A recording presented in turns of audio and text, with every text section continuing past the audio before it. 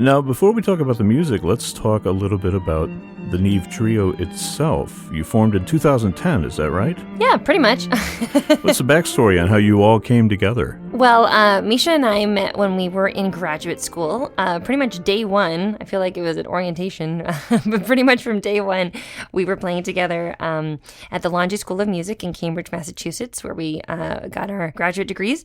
And it was just sort of a kindred spirit thing. We really clicked musically, and I definitely, felt like I was really so lucky to be playing with Misha and learned so much from him right from the beginning. And so I think we sort of pushed one another, and at the same time felt this sort of kindred spirit and same values in terms of music making. And then shortly thereafter, we met Eri at a wonderful music festival in the Berkshires, where we were all faculty, and that's the stars aligned, and we were off to the races.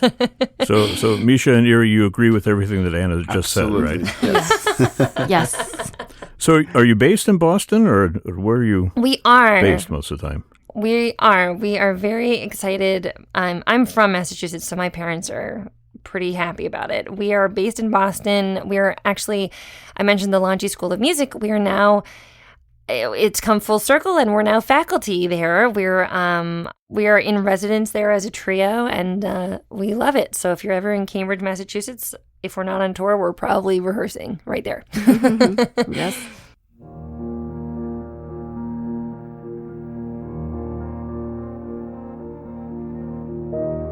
Well, I know that you have an interesting and slightly unusual name, the Neave Trio, Neave, and there is a remarkable story behind how you came to that name. Would you mind briefly just telling our listeners how you settled on the Neave Trio as a name? Oh, sure. Yeah, absolutely. Right. So you mentioned the spelling, which will come as no surprise that it's not the original Gaelic spelling. The original Right. Gaelic would have like an M and an H and a P, and that's why we sort of fudged the spelling in that way. So the name it's a Gaelic word, which makes my Irish grandmother very happy. Its meaning in Gaelic is essentially bright and radiant, but we did not know that when we chose it as our name. We were only told that later by a record producer. I feel like that would have been awfully presumptuous of us if we would have known.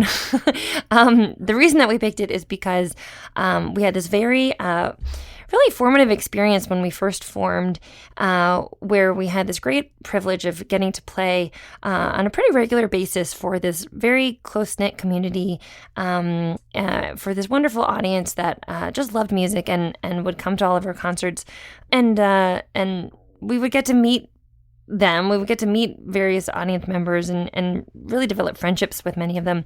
Most notably, there was this man named Bruce who would come to our concerts, and he was someone for whom music just really meant the world. It really spoke to his heart, and he would talk to us about it all the time, and we just so appreciated him and getting to know him and his enthusiasm for this music that we love. So a little while later, Bruce unfortunately suffered an accident which left him paralyzed. So he obviously could no longer come to our concerts. And it was a no-brainer that if he couldn't come to us, we were going to go to him. So we started going to play for him at his bedside. And I think everyone in this room would agree that we feel like we probably got more out of the experience than he could have ever known, because we would go and just sort of share with him of ourselves, give what we could via our music by playing for him, and in return he would tell these really remarkable stories about his life before the accident, his early life, and stories about his family, most notably about his daughter, of whom he was so proud, and her name was Neave. So that was really a moment where we realized in a very visceral way, in a very real way, how much this music that we love, how much it has the power to connect people to one another on a very deep, profound level. And so we carry with us that message, and that's why we do what we do.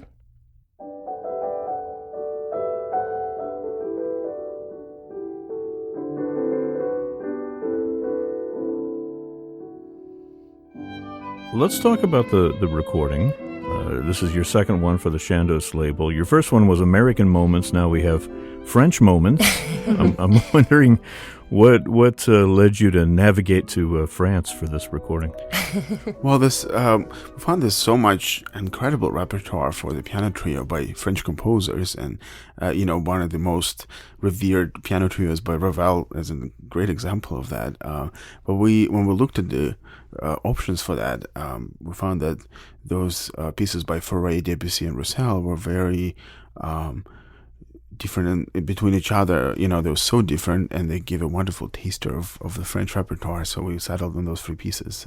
Well, the big discovery for me on this album was the Albert Roussel trio, which I didn't know. And it sounds much more impressionistic than any of the other pieces on the recording, even the Debussy. But the Roussel, I love how it starts out. It sounds almost like a contemporary classical piece. And then it launches into this rhapsody, and it's just quite remarkable. Yeah, absolutely. You want to talk a little bit about that particular trio? Yeah, for him it was early output, even though he was older than Debussy when he wrote that piece, for example. But he was a part of French Navy, and he traveled the world and was at the time, to all kinds of exotic parts of the world. And, he heard the music of Asia and jazz, and you can really hear those harmonies and those tunes and sort of colors in his music. And I think that is very unique to Roussel. I don't think there's quite anything like that out there.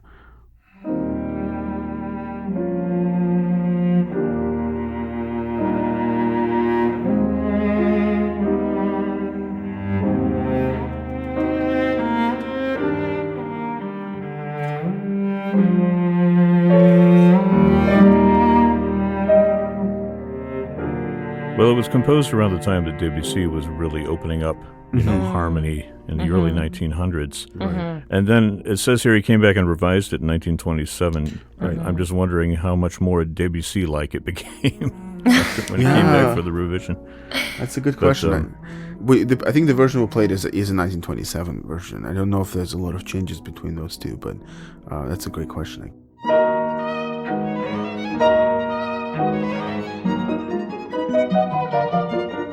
Well, let's talk about the Debussy piece a little bit, because that's one of his very earliest pieces. His first trio, 1880, so he was what? 18 years old. Is a baby. Tender age. Yeah. Well, and it sounds not at all like his later works. Right. Well, he was, at the time, when he wrote this piece, it actually was lost for 100 years. It was only found in the 1980s. But at the time when he wrote it, he was hired by Russian Baroness, Madame von Meck, to teach her and her kids piano lessons. And she was a huge supporter of Tchaikovsky, to the point that Tchaikovsky dedicated his Fourth Symphony to her. And I think his, surroundings and being I think I mentioned just a second ago, but I already forgot, but he was playing piano trios every evening with two string players from Russia, and having that, surrounding him, you can hear a lot of Tchaikovsky in that piece. I think there's sort of little nutcracker moments, and the melodies, like Swan Lake, and just very Tchaikovsky-like. And Sugar Plum Fairy. Yeah, and in Russia we refer to Tchaikovsky as partially a French composer. I think he was actually influenced by French music quite a bit as well. So there's this interesting symbiotic relationship, and I think Debussy's trio is a great example of that.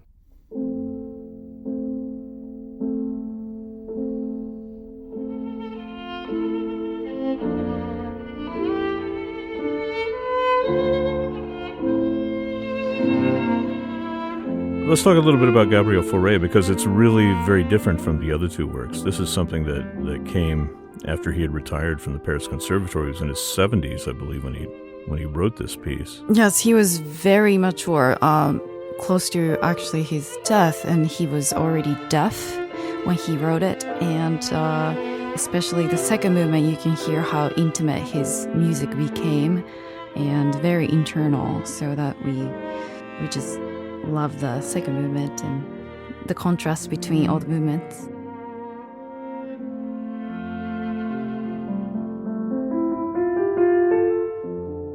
The thing that I find most interesting about it is you read a little bit about that particular trio, and Fauré talks about how it was very slow in coming for him, but it flows so naturally and so light and joyful. Yeah. And then there's a lot of differences too, like in the last movement, it starts with this almost like operatic aria outcry almost, and then at times it feels very jazzy and angular. So I think he's really playing with a lot of different not only colors but almost shapes and ideas. So it's really a fascinating piece. Bursts of energy.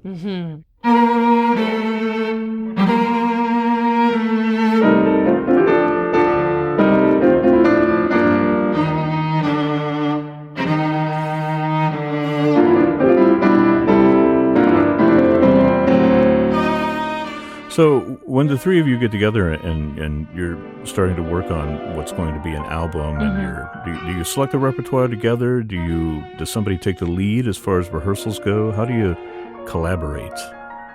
That's a great question. Well, we always try to fall in love with the pieces we play, and we're actually usually successful at that. And I think we all respect each other so much, and each other's values, and I think that's something we really connect on. So when we pick the repertoire, we always listen to it together, and we all read it, and finding. It's always a group decision. Yeah, it definitely is, and the next, hopefully next album we're gonna do is by all women composers, and we're just now in this process of selecting the repertoire, and there's such a vast repertoire again, and we read for pieces and play pieces and listen to them, and we find something we really connect to viscerally, I think. So that's the biggest guiding principle for us. It does help that we have similar tastes. That's true. Yeah. Well, I imagine you wouldn't be a trio performing together if you did not have similar tastes. Can you talk just, I know we don't have a lot of time left, but I'm wondering if you can tell us a little bit about what Neave Trio does.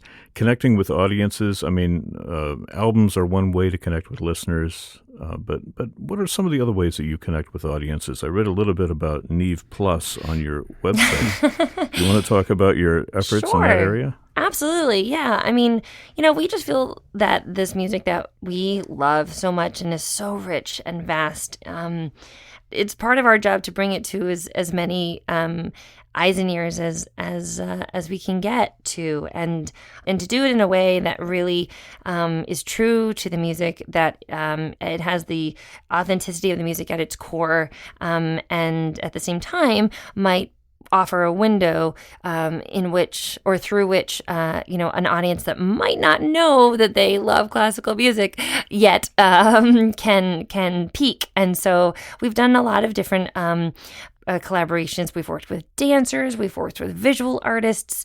We've we're coming up, we have a film project in the works. And all of it, again, is at the core of it, the guiding principle of these sort of, collaborations involving other mediums is that it's just to enhance this music that is already so incredibly rich, and to invite a wider audience in, and to let them know that it's really for everyone. Yeah. Oh, wonderful. Well, folks can find out more at your website. That is Neave, Neave Trio.com.